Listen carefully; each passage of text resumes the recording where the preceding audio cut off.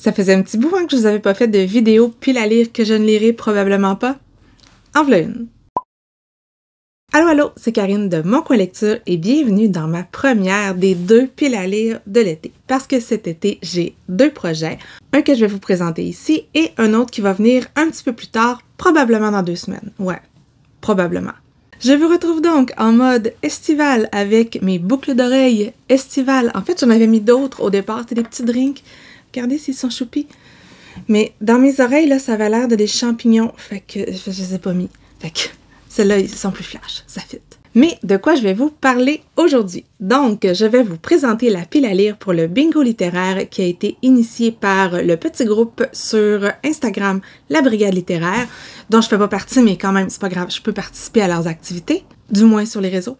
En tout cas, celle-là. Et cet été, elles ont décidé d'organiser un été avec Interforum. Interforum Canada, c'est un distributeur avec qui on collabore depuis plusieurs années. Dans mon cas, vraiment plusieurs années, plus d'une dizaine. Pour ma part, j'adore leur façon de travailler avec nous parce qu'ils travaillent, moi je m'amuse ici là, sur ma chaîne, mais quand même. Non seulement avec le temps, ils nous connaissent, donc ils sont capables de nous proposer des trucs qui nous correspondent, mais en plus de ça, ils ont une façon de faire qui, moi, comme chroniqueuse, me ravit parce que même quand t'as pas aimé un livre, tu peux le dire. Ils sont pas fâchés et tu seras pas puni de SP par la suite. C'est d'ailleurs l'une des raisons pour laquelle j'ai encore des services presse de chez Interforum. Parce que vous savez, pour moi, l'honnêteté, c'est hyper important. Quand j'aime ça, j'aime ça. Quand moi, j'ai pas aimé ça, quand la rencontre s'est pas faite, je vais toujours expliquer pourquoi, mais je vais le dire. Puis avec eux autres, il n'y a pas de stress, là. Ça va être correct. Tu sais, t'auras pas du bashing par en arrière. Mais c'est une autre histoire, je n'embarque pas là-dedans aujourd'hui. Voici donc la grille de bingo. Moi, mon but, c'est de faire une ligne. C'est pas de toutes les faire. Mais pour me donner une petite chance, j'ai mis un livre dans chaque case. Puis aussi, c'est parce que j'aime un petit peu ça, faire des piles à lire. Genre que c'est un peu ma passion. J'en profite aussi pour sortir des livres de ma pile à lire papier parce que j'avais prévu faire une autre vidéo. Je lis mes services de presse en retard. Vous savez la vidéo qui m'avait valu de charmants commentaires l'année dernière, là? Oui, je suis maso, je vais la refaire. Donc, ce matin, je me suis livrée à une sérieuse opération de speed dating entre les romans et les catégories. J'avais tout étalé ça sur le plancher, c'était fabuleux. Et je vous montre la finalité de ces pairages. On y va! Ah oui, je vous le dis au début de la vidéo pendant qu'il y a encore du monde qui écoute. Si vous aimez ça, un like, ça coûte rien, ça fait vraiment plaisir. Un abonnement également, un jour j'arriverai à 2000. Première case, un livre qui débute par la lettre C. Moi, j'ai ici Ceci est mon corps de Claire Huinen, je ne sais pas trop comment le prononcer. C'est publié chez Arléa, qui est distribué par Interforum. Et là, j'ai tout pris des livres que j'ai reçus de Interforum. Il y a des trucs qui ont changé. Je m'excuse d'avance, il y a des trucs qui sont plus distribués par Interforum, ok? Parce qu'il y a eu des changements dans les distributeurs au Québec dans la dernière année. Ça se peut, je me trompe. Mais on va espérer que non. Donc là-dedans, on va rencontrer Hélène. Hélène qui n'était absolument pas destinée à la vie monacale. Mais elle va y aller. Techniquement, il ne devrait pas y avoir de problème à ce qu'elle prenne le voile. Ils sont assez rares quand même ces temps-ci. Sauf qu'en fait, c'est que dans son ancienne vie, Hélène s'appelait Hervé. Et j'ai l'impression que ça va soulever toutes sortes de questions. C'est un thème qui m'intéresse. C'est un roman qui est court en plus. Je devrais pouvoir lire ça cet été. Deuxième case, un roman dont l'histoire est reliée à l'eau. C'est toujours un peu compliqué parce que je ne sais pas de quoi ça va parler avant de lire, mais quand même, ce sera peut-être le premier capillotractage de cette pile. Peut-être. Donc, j'ai pris un roman qui me tentait beaucoup, qui s'appelle Perle de Sian Hughes. Je l'ai placé dans cette catégorie-là parce que ici, il y a une rivière, hein, de l'eau, ça fit, et que perles, ben, on trouve les perles dans l'eau. Donc, voilà. Il doit avoir un lien. Je ne le connais pas encore, mais il doit en avoir un. De quoi ça nous parle? Ça nous parle d'une petite fille de 8 ans, Marianne, qui voit sa vie bouleversée par la disparition inexpliquée de sa mère. Elle va grandir avec ce trou noir dans son histoire familiale et j'imagine que ça va avoir des conséquences. On va parler de secrets de famille et un jour, elle va découvrir un poème qui s'appelle Perle. Bon, j'avoue que ça parle de l'enfance dans la campagne anglaise rurale du 20e siècle. On va espérer qu'il y a des petites rivières ou des petits étangs. C'est beau l'espoir. Troisième case, un roman avec une belle couverture. Et pour ça, je suis allée choisir celle-là parce que je la trouve magnifique depuis sa sortie. Je retarde ma lecture parce que j'avais lu toutes sortes de controverses sur l'origine de ce texte-là. Et j'aurais pu le prendre pour l'eau. J'aurais pu, mais elle était trop belle. Il fallait qu'elle soit dans la belle couverture. Qu'il soit dans la belle couverture. Puis non seulement c'est une belle couverture, mais c'est un beau livre avec le jaspage, avec à l'intérieur ici le vernis sélectif. Je sais pas si vous le voyez, il est super beau ce livre-là. En plus de ça, si j'enlève la magnifique couverture, il y a un super beau hardback. Hop, hop, hop. Donc, il fallait que ce soit mon choix pour cette catégorie. J'ai tellement entendu parler de ce roman-là que je vais pas lire la 4e, je vais vous dire ce dont je me souviens parce que je veux pas trop me vendre de punch. Donc, c'est une île magique. Ça aurait vraiment fait pour l'eau, hein? Vraiment. Et sur cette île-là, on a un personnage qui s'occupe des enfants magiques, ceux qui ont été rejetés par leur famille. Et un jour va arriver un inspecteur et je pense qu'il va avoir une histoire d'amour dans tout ça. Il paraît que c'est très très chou, que c'est très très doudou, même si l'histoire sur laquelle c'est basé, ça a été un peu détourné et ça fait beaucoup réagir. Donc, je vais le lire quand même, je vais parler de ce texte-là et non pas de ce qui l'a inspiré et on va voir ce que moi je vais en penser. La 4e case m'a donné du fil à retordre. On parlait d'un roman québécois. Je savais même pas qu'il y avait des éditeurs québécois qui étaient distribués par Interforum. Par contre, dans ma fabuleuse pile où il y a beaucoup de choses, j'avais ce texte de Evelyne de la Chenelière qui s'appelle Les Traits difficiles. C'est publié chez Les Herbes Rouges et c'est distribué par Interforum. Mais c'est-tu pas assez fabuleux? Evelyne de la Chenelière, elle a une plume que j'adore. Je trouve ça super beau de la lire. C'est de la poésie à chaque fois. Puis moi, j'aime ça, contrairement à d'autres. Ça semble être un recueil de nouvelles un peu particulières avec des personnages brisés. Je crois que les histoires se répondent entre elles. Ici, il est mentionné quête d'existence, besoin d'amour, discours intérieur, fable, amorale, tout pour me plaire. Donc, c'est une très très bonne occasion pour le sortir. J'avais oublié que je l'avais, celui-là. Donc, lui, je devrais le lire. Dernière case de la première ligne, un livre bleu. Et ici, j'ai pris le plus bleu de ma pile, qui est Nos cœurs disparus de Céleste Ng. J'ai lu un autre livre de l'autrice, je l'ai beaucoup aimé et celui-là, il attend sur ma pile depuis longtemps parce que j'aime pas la couverture en français, elle me perturbe. Vraiment, le livre sur le livre, ça me perturbe. Pourtant, dans le texte, j'adore les livres dans les livres, mais sur le livre, je sais pas, j'ai de la misère. C'est un roman, je crois, d'anticipation. On est aux États-Unis dans un avenir assez rapproché. Il y a plein de lois liberticides. Bref, sans commentaire. Et dans ce monde-là, notamment tout ce qui est étranger et craint. Et il semble y avoir certains livres séditieux d'une poétesse qui s'appelle Margaret Mew, qui, elle, est disparue. Et les textes, il y a un problème, je pense qu'ils sont introuvables. C'est le type de science-fiction que je peux aimer. J'aime souvent les romans d'anticipation, à part quand il y a des maladies. Quand il y a des maladies, là, je trouve ça plus rough. Mais ça peut me plaire. Ça parle de l'importance de la culture, de la littérature, j'imagine, parce que je ne l'ai pas lu, mais aussi l'importance d'accepter l'autre et tout ça. Et ça, c'est un thème qui me parle. Donc, pourquoi pas? Là, le problème, là, c'est que j'ai tout le goût des lire et clairement, je lirai pas tout ça. Deuxième rangée, un roman étranger. Donc, moi, j'ai sorti une énorme brique ici qui s'appelle Age of Vice. C'est de Deepit Kapoor. C'est un auteur qui a grandi en Inde du Nord et ça va sûrement me refaire voyager parce que je suis allée en Inde du Nord il y a pas si longtemps, l'année dernière. C'est un voyage que j'ai adoré. D'ailleurs, je vous ai fait un vlog là-dessus, ici, je crois. On est donc en Inde dans les années 2000. Il va y avoir un accident de voiture en pleine nuit. 5 personnes vont mourir. Et c'est la voiture d'un homme très très riche, mais c'est son chauffeur qui est un peu beaucoup en état de choc. Et il peut absolument pas expliquer les événements qui ont mené à cet événement-là qui, je crois, c'est écrit un crime. Ça doit être un crime. On nous dit que dans ce roman-là, il va y avoir 3 vies qui vont s'entremêler, le jeune domestique, un jeune héritier et une journaliste. J'imagine que ça va parler de la situation en Inde, qu'il va y avoir des secrets pas très jolis qui vont être dévoilés. Et c'est un thriller. En tout cas, il est noir. Fait qu'habituellement, ça ressemble à des thrillers. Et c'est pas Deepit, c'est Deepti. Deepti, et c'est une femme. Bravo, Karine! Prochaine case, un roman à lire dehors. Je ne lis pas tellement souvent dehors parce qu'il y a des mouches. Et moi, je suis de la chair à mouche, de la chair à moustique. Je fais des grosses allergies, fait que c'est très très rare que je vais lire dehors. Je vais lire devant une fenêtre où on voit l'extérieur, mais dehors c'est assez rare et souvent quand je lis dehors, j'ai chaud. Donc, pour ce roman-là, j'ai choisi un tome des raconteurs qui est La passion secrète de Fjordur, c'est de Jorn Riel. Ça se passe au Groenland, ce sont des chasseurs un peu mal dégrossis du Groenland. Ce sont des nouvelles, mais on rencontre toujours les mêmes personnages d'un recueil à l'autre, donc je suis toujours ravie de les retrouver, puis c'est un petit bonbon pour moi et ça va me donner froid parce que eux vont être au Groenland. Encore une fois, wishful thinking. Prochaine case, un roman qui te sort de ta zone. J'imagine que c'est la zone de confort et moi, en fait, je l'ai pris au sens littéral. Je vais essayer de lire Antkind, c'est de Charlie Kaufman et c'est le roman le plus lourd qui existe sur la Terre. Donc, je ne serai clairement pas confortable en le lisant. Sincèrement, là, il est vraiment pesant. Ça, c'est la tendinite du pouce assurée. De quoi ça parle? Ah, ça non plus, c'est pas confortable. Il faut le tourner comme ça. Donc, ça parle d'un critique de cinéma. Checkez bien ça, ça vend du rêve. Il est névrosé et méconnu, universitaire, réalisateur et amant raté, occasionnellement vendeur de chaussures.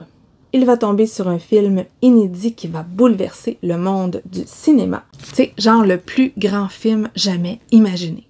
Sauf qu'il n'est pas de lui. Il est le seul à avoir vu ce film et la pellicule va être détruite. Il reste seulement une image et lui, il va essayer de le recréer. Ça a l'air weird, hein? Ça doit pas être hyper confortable en termes de lecture non plus. Et ici, il y a quand même des termes qui font palpiter mon petit cœur, c'est-à-dire le cauchemar hilarant d'une psyché luxurieusement kafkaïenne. On va voir si mes poignets résistent à cette brique. Le cadrage vient de changer, hein? Ouais, j'ai botté ma caméra en changeant la pile de livres. On continue, un roman avec une carte. J'ai ici choisi le deuxième tome de Emily Wilde. La couverture, elle est trop choupinette, elle est vraiment trop belle. Bon, si je suis franche, là, il n'y a pas de carte à l'intérieur du roman. Mais, regardez, ici, une carte. Ça va? Ça va. C'est clair que ça va. Dans le tome 1, on avait rencontré Emily qui est une chercheuse et son sujet de prédilection, ce sont les fées. C'est limite un intérêt restreint. Elle a un co-chercheur beaucoup plus extraverti, Wendell, et ils ont une drôle de relation. C'est catégorisé comme de la quasi-fantasy. Et ici, Emily va s'envoler vers les Alpes autrichiennes pour réaliser son atlas des fées, qui est le grand projet de sa vie. J'avais bien aimé le premier, c'est une série que je voulais continuer. Je l'avais mis dans mes séries de l'année, au début de l'année, dans ma pile à lire ultime. Est-ce que ce sera le moment pour le lire? Nous verrons. Prochaine case, un roman avec un animal sur la couverture. Celle-là, j'ai eu de la difficulté, puis je l'ai capillotractée, là, mais je pense que c'est le pire. Donc, j'ai ici La Maison Noire de Yusuke Kishi. C'est l'auteur qui nous avait donné La Leçon du mal, qui est un roman qui est extrêmement glaçant. C'est japonais. Et attendez un petit peu. Checkez là où je m'en vais. Si on regarde la couverture, OK? Je la mets ici, là. Ici, là, il y a un petit trou. Puis ça ressemble à un trou de souris. Puis il y a une petite ombre. Là, on dirait un petit œil. Voyez-vous? Fait que je pense que c'est une souris. Fait que ça fait. OK. Donc ici, on va rencontrer Wakatsuki, qui est un employé d'une compagnie d'assurance. C'est un employé modèle. Lui, il ne laisse aucun mystère non résolu. Genre, il traque les incohérences. Sauf qu'un jour, il va être appelé pour constater un problème dans une maison et il va trouver un enfant de 12 ans pendu. C'est rough, hein? Ouais, j'aurais peut-être dû dire que j'allais dire une horreur, en tout cas. Toutefois, dans sa tête, il se dit, il y a quelque chose qui va pas. Et là, on parle que ça va le mener aux confins de la noirceur de l'âme humaine. Si on se fie à la leçon du mal, là, tout se peut. Tout se peut. Première case de la troisième ligne, un roman avec une histoire d'amour. Si vous me connaissez, vous savez que les histoires d'amour et moi, ça fait souvent deux. En fait, non, c'est pas vrai. La romance et moi, souvent ça fait deux. J'aime les histoires d'amour, par exemple. Donc, excusez, j'ai mangé un coup ici sur une pile qui menace dangereusement de tomber, mais j'ai choisi Une fille j'ai embrassée de Emma Donoghue. On est en Angleterre au début du 19e siècle, on est dans un pensionnat et il y a deux jeunes filles fort différentes qui vont se rencontrer. Une fille de médecin qui veut pas trop se faire remarquer et une jeune aristocrate qui, elle, regardez-moi, je suis là. Elles vont devenir amies et plus qu'amies, mais il faut pas oublier qu'on est au début du 19e. Donc, 10 ans plus tard, on a Eliza qui écrit à son amante de l'asile psychiatrique où elle est enfermée. Ça fait partie de mes lectures ces temps-ci, hein? Il y a beaucoup de santé mentale des femmes. Beaucoup. En plus de ça, ce qui est intéressant, c'est que c'est basé sur des faits réels, donc c'est romancé, bien entendu, mais ce sont deux personnes qui ont réellement existé. C'est basé sur une correspondance inachevée, celle de Eliza et de Anne Lister, qui est une femme de lettres, qui est une exploratrice et aussi une figure de proue du lesbianisme. J'avais déjà entendu son nom, mais le terme figure de proue du lesbianisme, il est écrit là. bien entendu, je suis certaine que ça va me donner envie de lire davantage sur cette femme. Un roman avec un personnage sur la couverture. Si vous me regardez, vous savez comment j'aime pas tant les personnages sur les couvertures, surtout dans les romans de fantasy. Dans tout cela, c'est pas pour rien qu'ils sont comme ça, c'est parce qu'il y a des bonhommes partout. Ici, j'ai trouvé un livre avec un personnage qui n'est pas désagréable à regarder et c'est dans De Femmes et d'acier de Cécile Chabot. C'est publié chez l'Archipel. J'ai oublié de le dire pour tous les livres précédents, hein. C'est pas grave. Récemment, j'ai lu plusieurs romans où il y avait des infirmières de guerre et ici, ça parle de la seule médecin femme de la Première Guerre mondiale. C'est le docteur Nicole Mangin, c'était une amie de Marie Curie. Et là-dedans, on va surtout nous parler du front de Verdun où elle avait été mobilisée par erreur. Donc, j'ai très hâte de découvrir qui est cette femme-là. Et ben, ça doit être féministe, donc oui, c'est pour moi. Un roman de moins de 300 pages. Ici, j'ai Je t'ai donné des yeux et tu as regardé les ténèbres, c'est de Irène Sola. J'ai lu un autre roman de cette autrice-là, je l'ai adoré. La plume était fabuleuse, ça parlait de légendes, il y avait plein de narrateurs, on est un peu dans le réalisme magique. J'avais trouvé ça magnifique. Ce roman-là n'a que 178 pages, peut-être 180, parce que j'ai pas regardé la fin. Et encore une fois, ça a l'air hyper particulier parce qu'on est à Masse-Clavel. C'est une maison reculée et on a une femme qui est en train de mourir. Le roman va se passer en une seule journée. Toutes les femmes qui sont nées ou mortes dans cette maison sont là pour la veiller. Et c'est ça, on va voir 400 ans passés dans ces murs-là. C'est tellement mon genre, pourquoi je ne l'ai pas encore lu. En plus, ça avait été la pige de La Nuit du hasard chez Séverine de Il est bien ce livre, mais j'avais pas pu lire, j'étais pas là cette journée-là. Et il traîne, donc il faut qu'il soit lu et j'ai très très hâte. Un livre qui fait voyager. J'ai sorti des petits mangas parce qu'il y a plusieurs éditeurs manga chez Interforum également. Ceux-ci sont chez Kiun, qui est une maison d'édition que j'aime beaucoup avec Akata. J'ai les 2 premiers tomes de cette série qui m'avaient été conseillés par Alexandre. Ici, on est avec une jeune fille qui s'appelle Akane et Akane, elle voit son père comme un fabuleux magicien parce qu'il pratique l'art du rakugo. C'est-tu ça? Oui, c'est ça. C'est un genre de théâtre humoristique qui se pratique avec un éventail et un carré de tissu. Ça existe depuis des centaines d'années et elle veut apprendre cet art-là. Donc, avec un thème comme ça, un art qui n'existe qu'au Japon, c'est certain que ça va me faire voyager. Je garde un souvenir très ému de mon voyage au Japon l'année dernière. Ça fait 1 an, un peu plus. Ah, que c'était plaisant. Ah, que c'était un beau pays. Le rakugo, c'est pas quelque chose que je connais. Je vais découvrir, donc merveilleux. Allons-y avec un livre parfait pour la saison. Là, je vais vendre un peu mon punch, mais habituellement, l'été, pour moi, ça signifie lisons l'Asie. Donc, un livre parfait pour la saison, c'est un livre qui va également fitter dans le challenge d'Eva Lisons l'Asie. Et ici, j'ai Lapin maudit de Bora Chung. C'est moi qui cherchais un livre avec un animal, hein? C'est gênant. Je n'ai aucune idée de quoi ça parle. Je pensais que c'était un recueil de nouvelles. Là, je lis le derrière, puis je suis pas si sûre. Mais ça parle de réalisme magique, de voix oniriques, de personnages qui sont en quête de vengeance, de rédemption ou d'amour. Ça a l'air vraiment pour moi et j'aime souvent les voix coréennes. C'est une autrice qui est coréenne. Donc, oui, ça va être parfait pour la saison. Je vais cacher le lapin. Il n'existe pas. Un livre qui a fait le buzz sur les réseaux sociaux, je vais tellement pas être originale. Je vais aller chercher la préquelle de Hunger Games. Encore maintenant, Hunger Games reste ma série dystopique jeunesse préférée à vie. J'ai tout aimé dans cette série-là. Et ici, cette préquelle va nous raconter l'histoire de Haymitch. On sait comment ça finit, mais c'est pas grave, il me semble que je veux le lire. On l'a vu partout, ça a clairement fait le buzz. Je veux pas savoir ce que les gens en ont pensé, mais moi, je veux le lire. Et il n'y a pas d'oiseau ici, bien entendu. Deuxième case de la 4e ligne, un livre avec une couverture rigide, un toc-toc. Donc, moi, ici, j'ai pris celui-là. Il est très, très beau. Il y a des livres ici. Ça s'appelle La Bibliothèque des Ombres. C'est de Rachel Moore. Et ça a l'air un peu Dark Academia. Ça, c'est ma vibe, hein, vous savez. On a donc une jeune fille qui s'en va étudier dans l'académie la plus hantée des États-Unis qui s'appelle Radcliffe. Elle ne croit pas aux fantômes, mais elle va étudier là pour se rapprocher de son papa qui y a étudié et qui est décédé. Qui y a étudié. C'était pas fluide. Sauf que, dans la bibliothèque, elle va rencontrer un fantôme.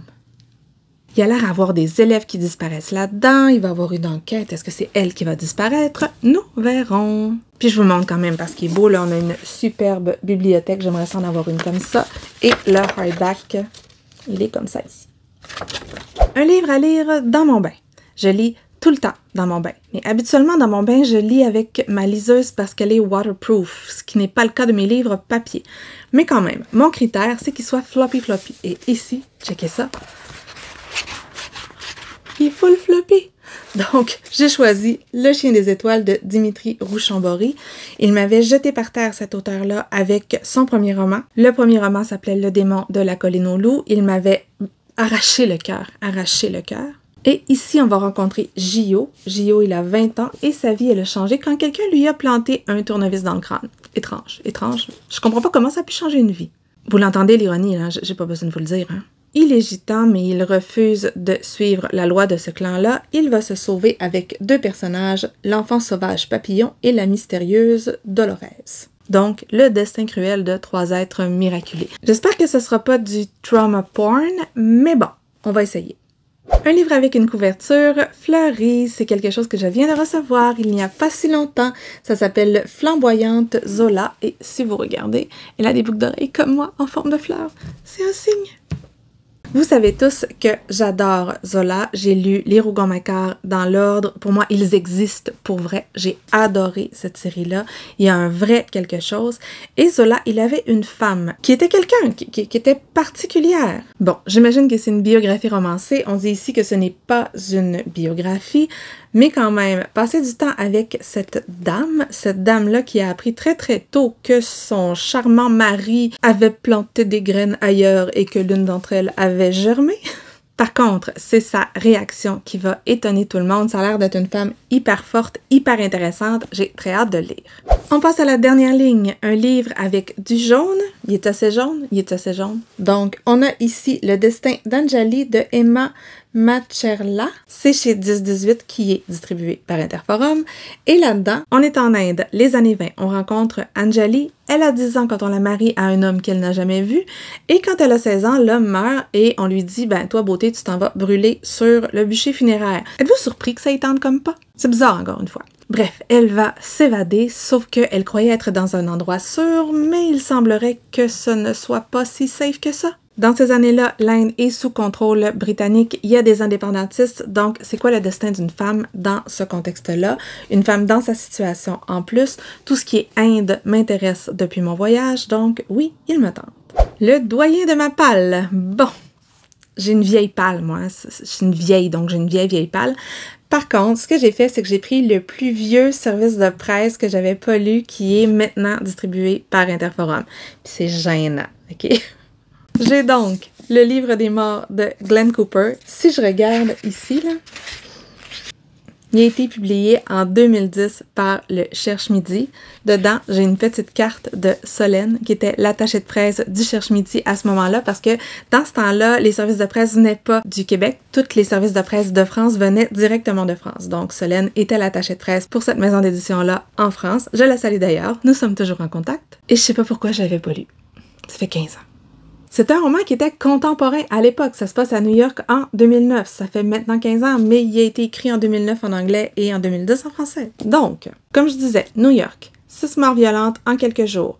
Les victimes sont différentes, les façons de faire sont différentes. Aucun point commun, sauf le fait qu'ils ont reçu une carte postale de Las Vegas. Dessus, il y avait une seule chose d'écrit, la date de leur mort. On va donc faire appel à un profiler et ça va être l'enquête et c'est ça. J'ai hâte de voir si c'est daté, mais on va l'essayer.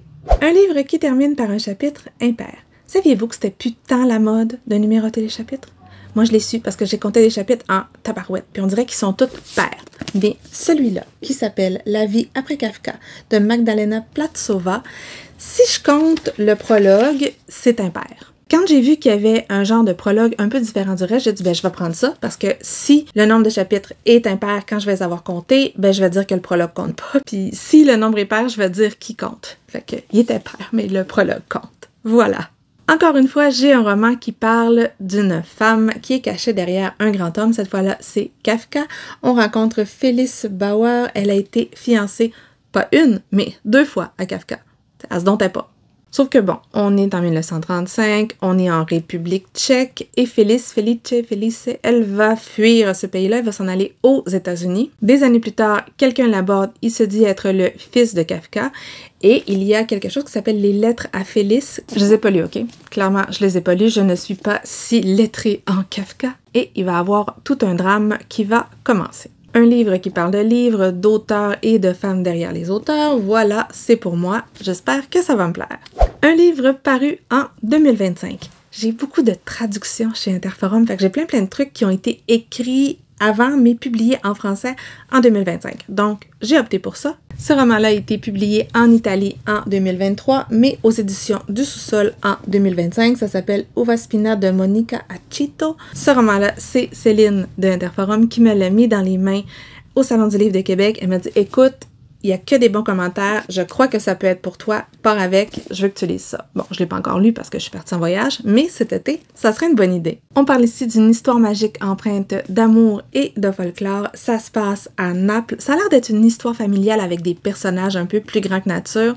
Le genre de truc qui peut me plaire. Il paraît que c'est super bien écrit, donc pourquoi pas. Et c'est le dernier roman de cette pile, un livre à lire avec un drink l'été. J'ai pris ici la solution à 7% de Nicolas Meyer parce que solution à 7%, j'espère au moins avoir 7% d'alcool dans mon drink. Voilà. Je trouvais que ça fitait parfaitement. On était en phase, moi et mon livre. Ce roman-là a été réédité il n'y a pas si longtemps, mais je pense qu'il a été écrit en 1974, là, quelque chose comme ça. Donc, c'est pas du tout une nouveauté en termes d'écriture. On va être avec Watson, qui était le chroniqueur de Sherlock Holmes. Et la fameuse solution à 7%, c'est celle que s'injectait joyeusement Sherlock Holmes. Pas le même genre, tu sais, mais en tout cas, ça fait. Dans ce roman-là, on a un Watson en maison de retraite qui nous dit quelque chose d'épouvantable, c'est-à-dire que Sherlock, là, son addiction l'avait rendu complètement paranoïaque. Du moins, ben, c'est ce que pense Watson. Il le trouve complètement incohérent et il décide de l'amener à Vienne voir un certain docteur très populaire à ce moment-là, très peu connu, tu sais, il s'appelle Freud. Bien entendu, il va y avoir une enquête, une machination, Freud, Sherlock. Comment je peux résister à tout ça? Et en plus, mon amie Laurence Yuyin dit que je vais aimer ça, c'est clair. Alors voilà, c'était tout pour cette très grosse pile à lire. Combien vous pensez que je vais en lire là-dessus? Dites-moi tout dans les commentaires. Dites-moi aussi dans les fameux commentaires s'il y a des choses qu'il faut que je lise là-dedans. Est-ce que vous avez une pile? Donnez-moi le lien si vous l'avez, je vais aller la lire et la commenter. Si vous êtes encore là et que vous ne savez pas quoi dire, mettez des petites fleurs dans les commentaires. Mes boucles d'oreilles, c'est souvent ça que je prends pour le petit emoji des commentaires. Si vous avez aimé la vidéo, vous pouvez la liker, vous pouvez la partager ou, soyons fous, vous abonner à ma chaîne si mon contenu vous intéresse. Et sur ce, je vous souhaite une bonne fin de journée, de bonnes lectures et à la prochaine!